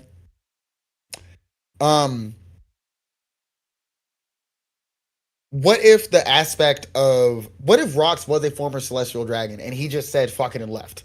You know what I'm saying? And that's what turned him into. He had all of the knowledge and all of the information. He might have left with something from there and wanted to go back, and that's what. And he gathered everybody up to go back and retrieve what he had left at God Valley when he left the first time. And when you leave the kingdom, you're a pariah. You know what I'm saying? So it's like, you got information. We don't know who you with. Nah, you didn't. We coming for you. And just like how Kube, how you said about them, how we talked about earlier about how them controlling the flow of information, and how they made Kuma out to be a tyrant when he was a priest. You know what I mean? So it could be easily something like that. I've been on the long-standing take that the reason Rox is called the taboo pirate is because he found out information about Emu. Mm-hmm. So Sabo would be the current taboo pirate. He's not a pirate, but as of the situation during the reverie and all that, with Cobra and Sabo seeing them, we have Cobra saying that this is the most taboo thing in the world. This seeing a person sit on this throne and be the one giving orders to the Gorosei is the taboo. And that chapter was what gave me the idea of Rox had knowledge about Emu, because the world regarded him as the most taboo pirate. Yeah. I mean, I always tell people, look back at the exchange, especially in the anime of the Lucia attack. Dragon doesn't seem to be that shocked hearing about Emu. He started to get scared the moment he heard that person sat on the empty throne. So it does seem that Dragon knew something more that was behind the Gorosei, something more. Which actually kind of makes sense how he's been written. He's been waiting for something. Maybe he had some sort of knowledge about Emu. Does it not know enough? Like, here's somebody sitting on the empty throne, and then his reaction is like, shit, it's starting. No, more like, what if they knew the existence of something like Emu, but did not realize that person actually led the world? Because that's what scared him, that he was on the empty throne. And then Wapol, seeing that, got frightened. And I said, what if there's a legend of what happens when you had a ruler on the empty throne? And Dragon realizes it never ended and never stopped. That was the look on his face. And he's quiet, so he just thinks all that shit to himself. Yeah. Wow, yeah. It's like, well, I knew this person existed. I just didn't know they existed on this tier level. Yeah, their tier level, exactly. It's very similar to Baroque works with Mr. Zero of all names, Mr. Zero, Zero, Void, Crocodile. That's what Miss Doublefinger said. We're just taken aback that a pirate is leading the biggest anti-pirate organization. And then that, you bringing back Mr. Zero and Crocodile, the naming of it makes me really think now it makes me really think Emu is really not their name. But I mean, Saint Emu of House Nerona. I feel like the first name Nerona is an accurate name. Emu might not be. Yeah. I can see that as well. And also, like, think about that. I think it's a short that I saw recently, but I went on this whole tangent from that short. One of the reason why no one knows about Emu and has to keep it hidden is, even Vykthor said, there was a ruler from House Nerona, right? But what if a Celestial Dragon sees Emu and knows that family, right? And it's the same thing Sentomaru and Sabaody when he sees DeMarco. You're not Straw Hat Luffy. What if he's gonna say, you're not that ruler? What if even the name Emu Nerona is a fake name? They're posing as that ruler. That would explain why Celestial Dragon don't see Emu. Maybe Celestial Dragon would know that you're not from that family. It's like, no, I've seen Emu before. Yeah. That's not you. Like, Yeah, you're because not there Emu. Yeah, there must be a reason why they're hiding his identity, and it could be because if people see it, some people might even guess who it can be, or at least know that it's not that ruler. It's because they're in the body of Lily. I mean, I do like that theory. I won't lie. This one's a very nice one, interesting one. See, and I was thinking about that too, but no, because Cobra doesn't know what Lily looks like, right? No, Exactly. yeah. He only knows But of Lily. one could assume that with the Nefertari line, there's some similarities. Yeah, Yeah, and also, yeah. And Cobra, I can't let you leave this room because not only do you see me, you probably can. If I let you go on for another 2 days, you might be able to piece a little bit too much shit together. Yeah. Yep. If you make it back to Alabasta and you're able to learn some more stuff, you're gonna be part of the revolution that's gonna happen. You know what I'm saying? Like, oh no, bro. Oh no. Can't let you live and can't let you And also- escape. You know and too also, much. and what if you know what it is? What if it's crazy? But what if Lily was not actually Lily's real name? Like, that's what I've been Cobra and all the thinking other that ones. Because think about it, he only knew it from the letter, right? That there's no such ruler. But what if the stuff that he told Cobra when he goes back to the archive, there was a princess or a queen who had a different name and did similar stuff, was writing stories, was maybe she loved poneglyphs, she was obsessed with it, and maybe something like even the word blunder, something that she said in her Naruto. So I said, what if that's the reason why they killed? Because actually the name even Lily is a fake name that Lily even adopted, but it had a different name when it was in Alabasta 800 years ago, and it's in the archives. That kind of goes with the whole Amazon Lily thing, in my personal opinion. So I'm pretty on par for that one. Yeah. What do you think's up with Amazon Lily? Me? Yes. What do I think's up with Amazon Lily? Yeah. Like, how do you think it ties to Lily? I think it has to do something with Luffy's mom. I think we're just about to find out really how closely related Luffy and Vivi really are. Yeah. And the whole thing, the D's are a clan, and it seems like it's like a Viking thing. Not a Viking thing. How can I say this? It's like you may not be blood, but you are one of us. You are family. Yeah. You are family. That's what the D is. It's like It's sake cup. like a fishman could be a D. You know what I mean? It's So- sake cups. We have Saul, who is a giant that is a D member. Dude, a D is just a sake cup on its side. It is. It's a half moon. It's a sake cup. Like It's it a really sake is. cup. Like, oh my god, it's Dill. Sake brothers. So technically, Sabo is D. Wouldn't Sabo technically be a D then? Because he shared sake cups with Yeah. two Ds. And what did Ace say to him during that called him when he that- asked about the D? He said, that "Yeah, had you're D. Sa D Bo," and he said, Yeah. "Why does the D have to go there?" Like, Yeah. Because you don't have a last name, bro. You just have Sabo. he does Technically, though. Sabo would never use his last name. He does. If anything, but he he'd doesn't probably want to take use it Luffy's because it's last name. attached to the. Yeah, It's I attached think to the royal family of Goa. That's Yeah, why I he think- wouldn't use it. If we ever hear Sabo declare himself with the last name, he'll say, "My name is Monkey D. Sabo," or something like that. He'll say, "I'm Ray Skywalker." Like, He might do Goldie Sabo go or D. Sabo. Porpoise D Sabo Or yeah, Porcus D. Porpoise Sabo, since he's carrying on Ace's will. Like, that'd be sick as Yeah. fuck. Hey, bro, I would actually love that. Actually, it's I interesting. think I would actually fall in love with that. Yeah. Because you know what it makes me think all of this with this the D clan and all of the different races. It goes back to me is I don't find it's a coincidence that the other people who have a D in their appellation and they're also based off the desire is celestial dragons. See, they have the D also, celestial dragons. That's what I'm saying. I believe I think the D clan and the celestial dragon used to be one group of people. And then they separated. Basically, like the long limb tribes, the long leg and the long arm tribes. What who if have been now fighting the D 1,000 years. clan were the original celestial dragons that were usurped Yeah. and replaced with these terrible people that we see now as celestial dragons? Yeah. We're completely leaving out Lunarians in this topic. Oh Yeah. my god, you're right. which Yeah.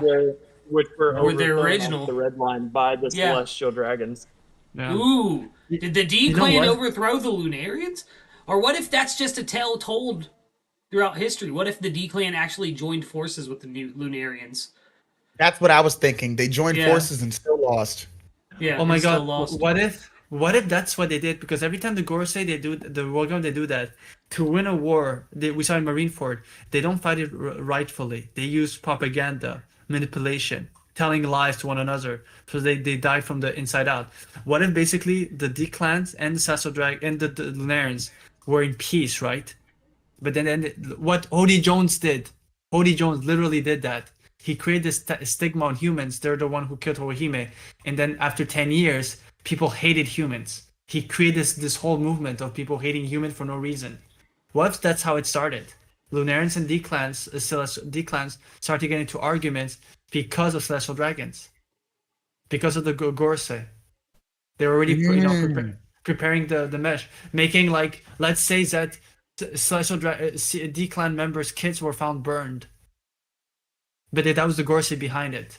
But then when they say they see the same scorch mark that Lunarians leave, then suddenly the Lunarians are because it's always like that. There's the common people who go against the kings or the gods. Mm. What if that's what they did?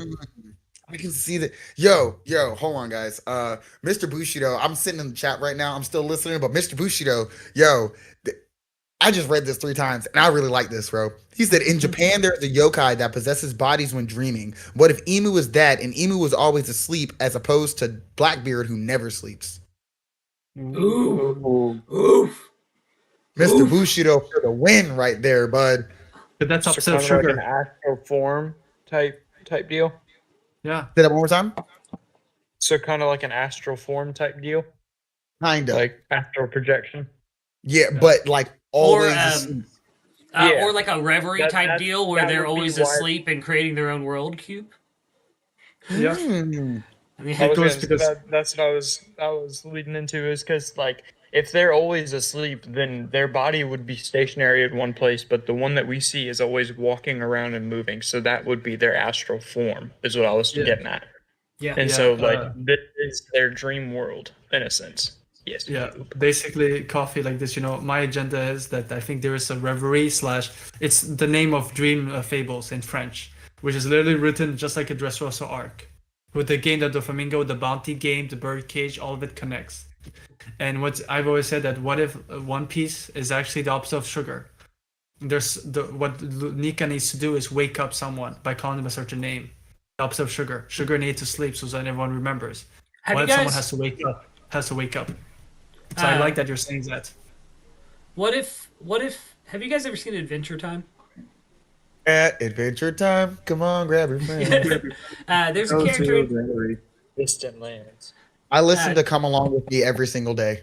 Let's go. There's a character within Adventure Time called Prismo, and Prismo is a wishmaster, and his real body is constantly asleep. The Prismo we know within the show is the dream of his real body. And then the Lich killed the real body, and that killed Prisma. Prismo, Yeah. exactly. So what if Emu is like a similar being?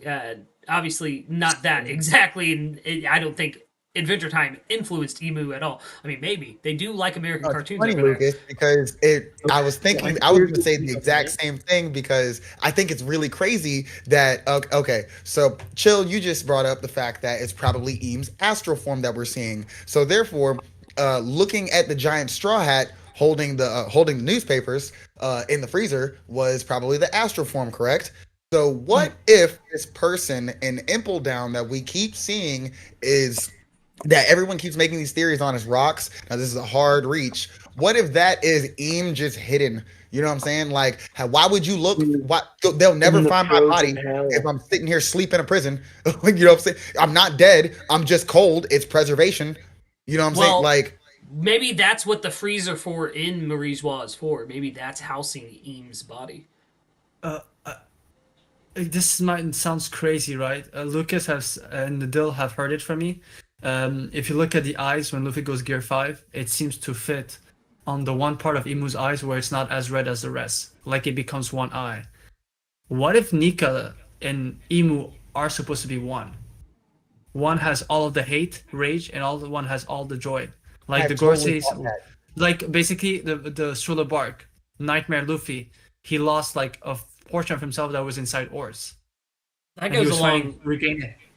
With the theory that Emu is Joy Boy's brother. Yeah. Ooh. Yeah. What? Oh my God! What if that's the meaning of Ace's hat? Joy Boy and Sad Boy. Oh, or one, maybe. They could be like they're connected. Maybe they share the same network. Maybe not. There's two separate, but they share the same network maybe as well. But one has all of the hate, all the negative, and one has all the positive. Could explain also why Joy Boy can't stop laughing. Maybe he has too much of it. He has it all, you know? Like Luffy and does. Eam never laughs. And that would make sense because it might. What if the power of imagination is not enough to bring devil fruits into fruition? What if it takes Joy Boy and Eam's powers together to bring something to cause something like that? Ooh, 3 Days in the chat said Perona had to sleep to be in her astral form. Plus her name rhymes with Nerona. Yeah. Ooh. And Perona always wears a crown. Ooh. Oh, a. And what if that's just an ass? I'm sorry, my son came in for a second. If that is the case, right? Will of Dreams, drama and comedy. That's what I was thinking too. But if that is the case, right? Oh my goodness, God dang it! What? It was about Perona. I'm trying to remember what it was. Oh my God, I had something spicy too. I'm gonna say with Perona. She's also the one. Hold on. I got it. So if that is the case, though, like right, would that explain Eam's power? If they're just manipulating their astral form, they grew a stomach out of a face out of their stomach and ate Sabo's attack. Like that's not something we've even seen devil fruits be able to do. Like to manipulate another being out of a part of yourself. Nesjuro did it as well. The head of the horse that came out of him when it bit Sanji, he had not transformed all the way into the horse. He was still partly there. Yeah. Yeah, this plays into something I've said for a while, where I said, Dex. I've said multiple times. I think we're gonna see devil fruit forms become more and more fluid. Like the walls between what is gonna break down, especially with the Gorosei. If it is devil fruits, if it's not, but the forms are similar either way, and the fact that he can go fluidly between snapping to the horse head and biting and stuff like that. So we have to get some love for Chopper here soon, bro. Luffy cannot be the only zone on this crew that we get shine on. I agree. But I think what Dex is saying can tie into Chopper as well, actually, Dex. Especially since you're saying they get those free forms like that. Like Chopper was able to, because of how intelligent he is and how much he understands like the mechanics of a body, was able to make 7 additional, or like what was it, 4 additional forms to his base form, like without awakening at all. Well, I think that's because, see, and this goes back to the whole thing about me not believing Monster Point being Chopper's real awakening, because when he eats the Rumble Ball, he literally says it alters his DNA. It changes his lineage factor. So I can't believe that Monster Point is really like his awakening. I know it looks similar to the jailers and stuff like that, but Yeah. his DNA is altered. What if it's muscle memory? It's from the former users.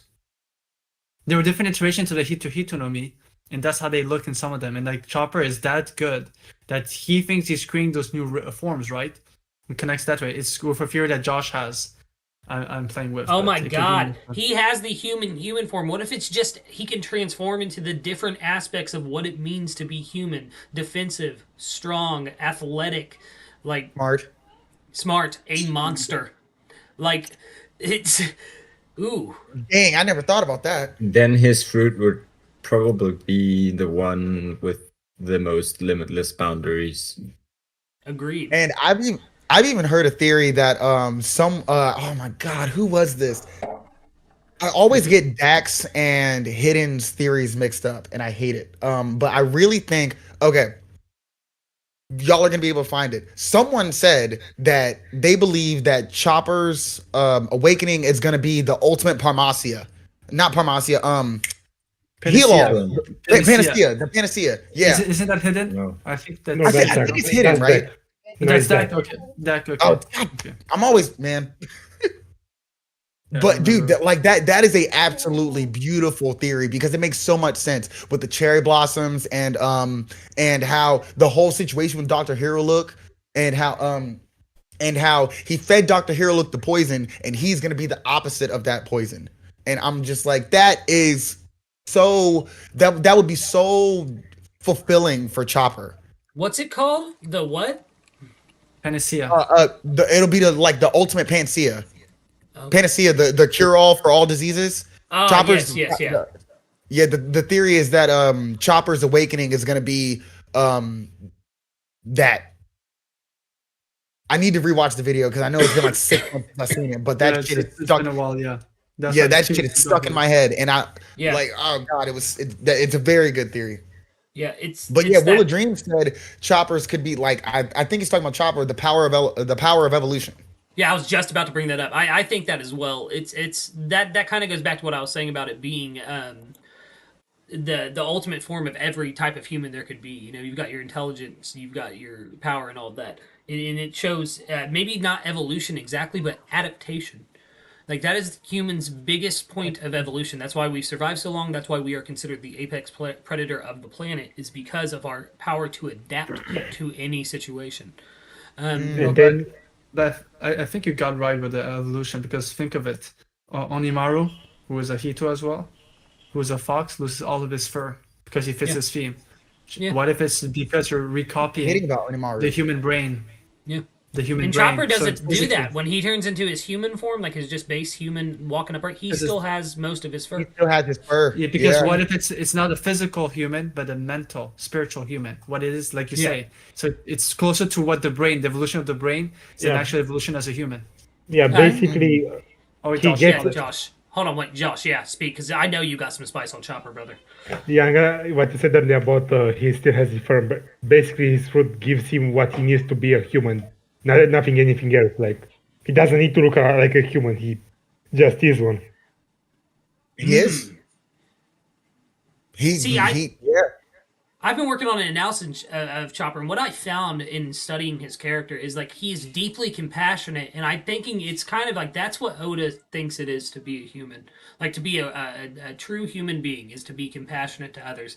There's this scene in Wano of Chopper where he's walking through the battlefield and just crying out for help, and he's looking at friends and enemies alike. He's not worried about what side everyone was on. He's just worried like they need help, and it's And beautiful, beautiful moment.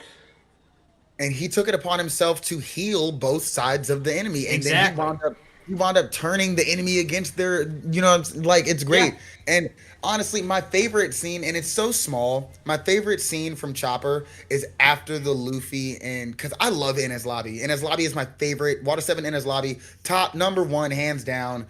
Yes, sir. My favorite. And dude, oh god, whenever Chopper is runs over to Usopp and leaves him the medicine and then runs back, dude, that shit gets me every time, bro. Yeah, no. Chopper should have left him die. What a traitor. I'm just kidding. Just kidding. My To go God. against the captain. It's to go against the crew. Yo, that's a base take right there.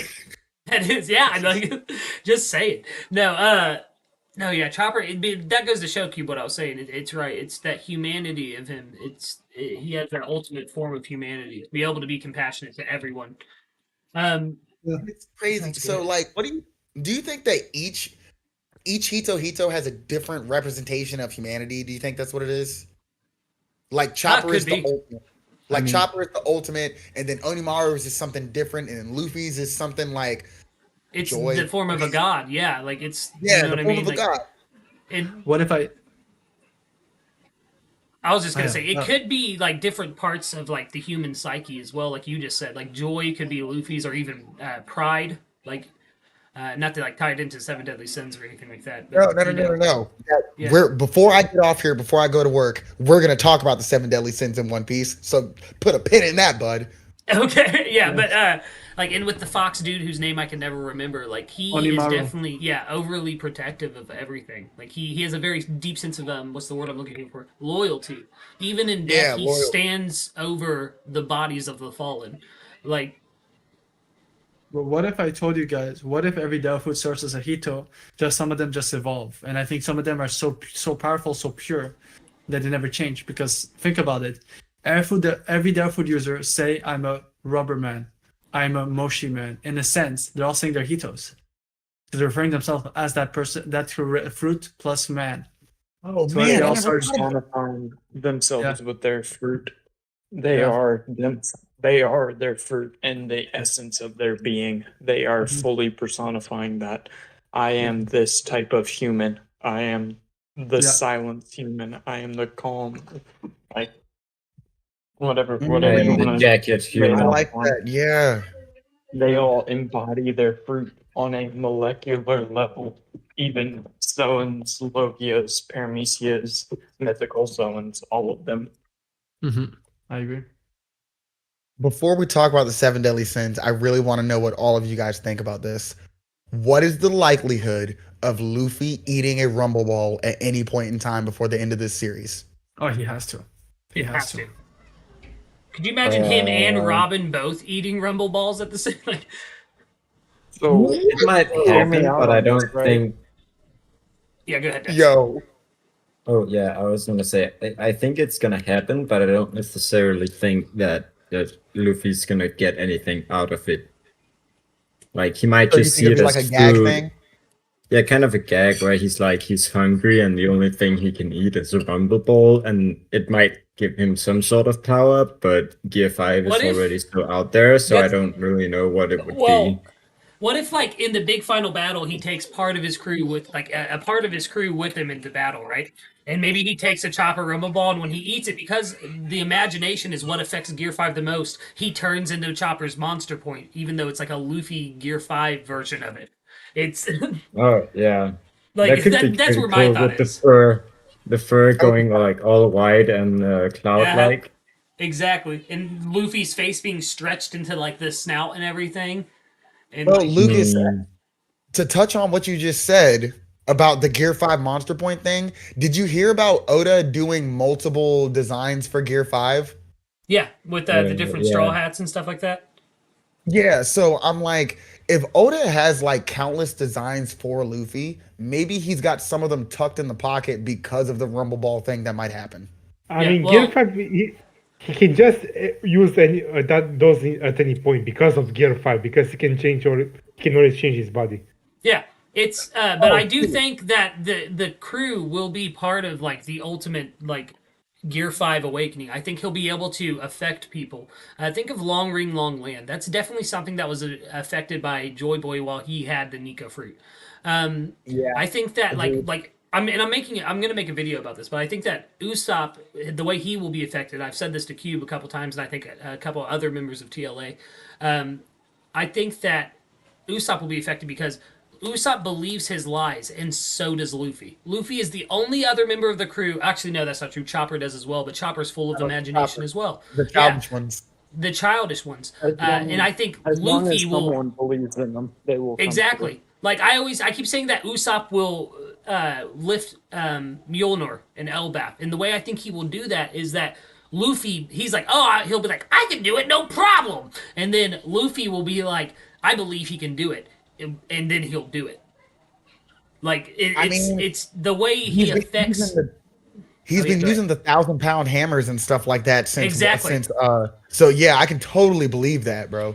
Yeah, well, that's where the thought come from. Is like, what if my thought originally was, what if like Usopp jumped in to help Luffy during a fight while he's in Gear 5 and is like 10-ton hammer, and when he brought it down, like Luffy, because he's in Gear 5 and thinks that it's a 10-ton hammer, turns it into an actual 10-ton hammer.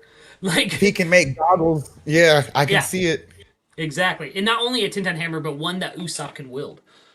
And oh, dude, and then it just that takes me back to like Strong World with the Gum Thorax. Yes, exactly.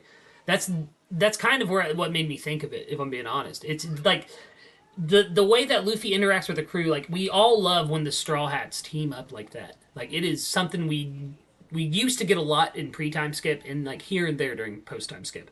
Is like when Zoro and Sanji both arrive on the battlefield in Wano, everyone gets hype, right? Because they're about to team up for a second. They're about to throw down 2v2 together, and it's fucking dope. Like, and I think that that'll be such an important aspect because Luffy cannot do anything, as he is stressed to Usopp during Enies Lobby, without his friends. So, like, it makes sense that to defeat the final threat of the series, Luffy's will use his friends during that battle, and then maybe, like I say, Gear 5 will affect them as well. And maybe Oda is hinting at that by drawing them in Gear 5 as well. Yeah, and then it could be like the New World version of Thriller Bark. Yeah. Instead of shadows being shoved into other people, Luffy's just putting his power into other people. And then how Another- everybody was there to defend Luffy from Kuma, it's Luffy standing with them in front of them at the turning point. You know what I mean? Exactly. What were you going to say, Dex? Yeah, and it was just another interesting thought I just had, and I don't know if there's anything to it, but Den mentioned Doc Q's apple while we were talking about the Rumble Balls, and I was thinking, are they gonna play like a opposite role to what the Rumble Balls do in some ways, since Doc Q is obviously Chopper's counterpart? I didn't think about that. Like, could the apples counteract the Rumble Ball? I don't know if they would counteract it, but if they would have like some sort of narrative role that's kind of like how the Rumble Balls is a boost for the Straw Hats, then the apples could be like, yeah, I don't know, something similar. No, I can see that because what if Doc Q's ability isn't just diseases? Like, what if he could like retrofit the disease to make it work better in your body, to make it not be a disease? You know what I mean? Like, Yeah, or make it like Collectively put it into alter- the apples. right? Put the diseases into the apples, and then like instead of the Rumble Balls being a buff to the person who eats it, the apples would be like a curse or a debuff. Ooh, I could see that. Oh yeah, debuffs. Yeah, I could see that. But that I was like just a that. thought, yeah. No, but I like that a lot because it also, like, since he's supposed to be the mirror of Chopper, like, it makes sense. If Chopper's supposed to make this ultimate panacea or whatever it's called, I think I said that right. If he's supposed to make this ultimate medicine, it would make sense that his counterpart, the other side to his coin, Doc Q, is giving people these apples that make them violently ill. Yeah, and then he would also have to make the ultimate disease. And Oda has said that there will never be a real world disease used in One Piece, but that doesn't mean that he can't have something that has something similar to a real world effect with a false name. Yeah. I mean, I'm that's a lot sorry. of I mean, possibilities. the Ember Led might not have been his name, but that was literally the plague. I just think Exactly. he's gonna change. Yeah, I think he's just gonna change the name, but it'll be the same diseases. So no way. Yeah, and none of these diseases probably had like they're it's probably the wrong name of all of these diseases. Because think about the Skypea disease. What they just call that, like tree rot disease or something like that. Like that's a Green very fever. basic name for Green very fever, basic. yeah. Yeah, it's a very basic name for very basic people, and they don't have the knowledge of the books. And Nolan knew what it was, like, but I mean, it's a very basic name. Like that can't be the real name for it. I don't believe so. Amberlet, probably not the real name for it. Um, but question before I get out of here, guys. All right, this is not my theory, but I did listen to a video from Grand Line yesterday or the day before, and he brought up something that I thought was a really cool concept that I would like to know what you guys think, and that is the concept of seven deadly sins in One Piece. And we know that Kobe has referred to Zoro, and everyone's referred to Zoro as a demon multiple times, and he's got Asura and everything. But when you think about it, Asura would that be his representation of pride? And then when you look at Cavendish, would Cavendish be like sloth? Because Hakuba comes out whenever Cavendish goes to sleep. So would that be sloth? Would Big Mom, because she has a large family, be lust? Yeah, I saw that video. I think it's an interesting point. Yeah, I thought that was a really cool point, and it makes me think of who would be the other four if they're like who would be Wrath. Like I'm pretty sure they're all characters that we've seen before. If they are Blackbeard in. would definitely be envy or Yeah. greed. Oh, yeah. I'd say Raph would be Kaido, and the way he Kaido raps would have been everything. Wrath. Yeah, it's Raph immediately. So who would Yeah, be Greed? Greed would be Blackbeard in my opinion too. Yeah, Shanks would be Sloth because he is always lying in wait. Or Dragon? Yeah, I would even bring it up, guys. For Greed, I even have other candidates. They're not one person, but they're a group of 5 people. The Gorsei. If you think about it, Oh, yeah. everything screams Emu, Greed. Yeah. Yeah, they're going too far. They don't care. Well, they about would be envy. casualty. I think they would be greed, and Blackbeard would be envy. Because I Blackbeard, think maybe. Oh yeah, I was just gonna say. I think maybe a better way of looking at the seven deadly sins in One Piece is that not one single person is gonna embody like a whole aspect. Like multiple people are gonna embody different things. So multiple groups will have pride or greed and stuff like that. Exactly like the Gorosei having like being 5 people having greed and so on. So like all of the different sins would be more than one person and not one person embodying one like sin. It would Yeah. probably be groups, like how we talk about envy for Blackbeard. Technically, all of the Blackbeard pirates minus Kizaru would be envious because Burgess was envious to everybody that had a devil fruit until he got his. So okay, Yeah. I have to do it. I have to do it. So every Blackbeard pirate minus Kizaru. Oh God, did I just do that? wait. How cheesy, bro. My bad. Fucking Spoilers. Kuzan. I meant Kuzan. Spoiler alert for those who are not up to date in Egghead. You don't know what yeah, happened. Marcelino has joined the Blackbeard Pirates. Oh The my 11th God. Titanic captain. I hate my life so much right now. No, you're good, brother. See, I've been doing this thing recently. Not to shift the focus of the seven deadly sins, but something that's slightly akin to another topic to that is the Four Horsemen. Yeah. Mashing up different characters from the series with the four, even with the Straw Hats. Like Luffy could be Pestilence because he is constantly eating, therefore no one else gets to eat. Like. Oh my God, that's hilarious. Yeah, like Zoro being War because he's battle driven, Sanji being Death because of Black Leg. Actually, I in- love you, Lucas. Yeah, like well, because in mythology, the color black is like usually Representative of death. Yeah, representative of death. Yes. So like it just makes sense. Famine, the same But one. no, I even deeper. That's why I love you, Lucas. You want to know something? Huh. If you go in the original 4 members who joined Luffy's crew, so the East Blue 5, you know, Luffy. If you remove Luffy, Yeah. it's Sanji, Zoro, Nami, and Usopp.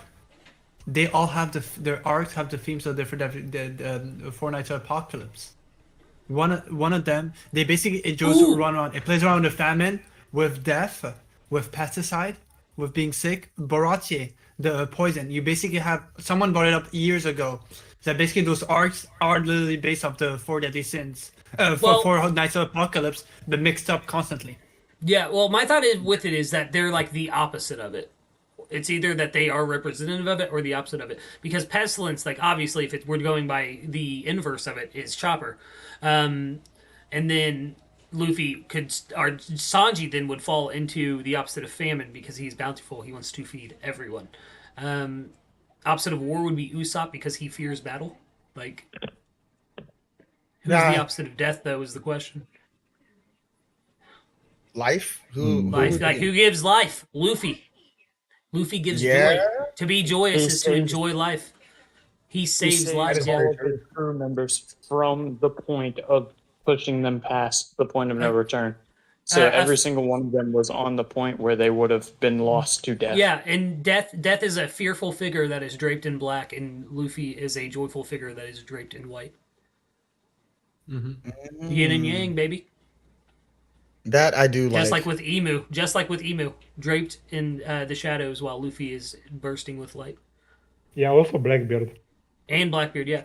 Well, I think Blackbeard's the eclipse, and I think Emu's the moon. That's neither here nor there. I just wanted to say that. Yeah, we're gonna have to talk later about that. Yeah. Before I get out of here, guys, I wanted to say I appreciate you guys for inviting me and joining and letting me join. This is always fun. You guys are absolutely amazing. But I do got to get out of here and get ready for work. I got to be to work at 4. It's 2:55 my time. So Yeah, dude, don't worry, we get It's a it. pleasure to have you on, bro. Yeah, it was Yeah. amazing. We've all been talking Thanks, behind the thank scenes. Yeah, and we've been talking behind the scenes since the Stream of Liberation. Like, we got to get coffee on because you came out the gate swinging on the Stream of Liberation, brother. Like, that was insane. You impressed everybody. It was wild. hey man, I really appreciate that. I'm really happy to be part of the community. I've wanted to be part of this for a while, and we're finally here.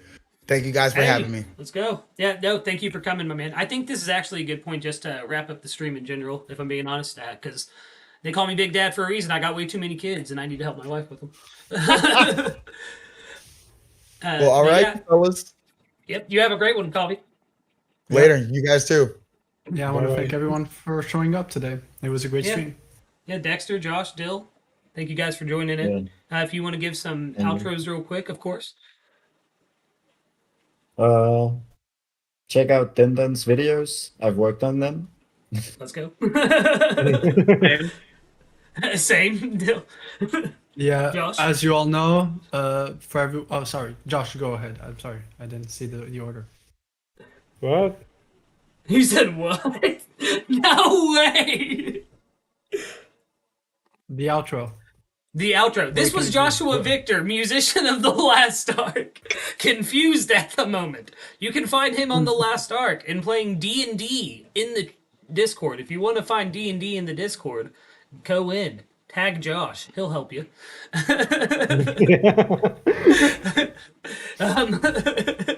But yeah, go ahead, Cube. And as obviously, I'm just TLA 100%. So I am going to, as last week, remind you all to check out Lucas's new channel. With every week, he's got a new series called Rambling Addiction, and he talks about anything that could be One Piece or outside of One Piece. And this week's episode will be crazy. Yeah, So you should check it out. Yeah, it's about Dr. Vegapunk. Just to give you a little synopsis. Comes out at 7:15 Eastern Standard Time tonight. It's about Dr. Vegapunk and my thoughts on him and his questionable morality. So yeah, definitely give it a shout. And because Cube just stole my outro, I guess that's it, guys. Thank you, chat, for staying with us for the entire stream. You guys are all goated. It was an amazing, amazing cook session today. I mean, this was basically a full 4-course gourmet meal. Coffee was spitting, Cube, you were spitting, Dill was spitting, Josh was spitting, Dex was spitting, and of course I was spitting. So thank you guys again for joining us today. Everyone have a wonderful rest of your afternoon, and we will see you guys again this weekend. Bye! Bye.